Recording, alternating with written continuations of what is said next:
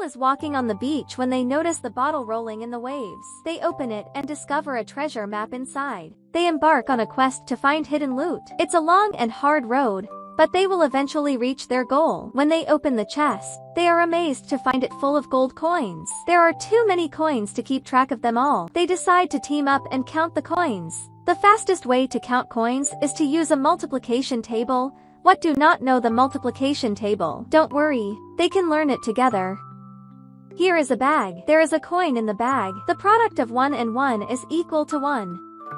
The product of 2 and 1 is equal to 2. Product of 3 and 1 is 3. Product of 4 and 1 is 4. Product of 5 and 1 is 5.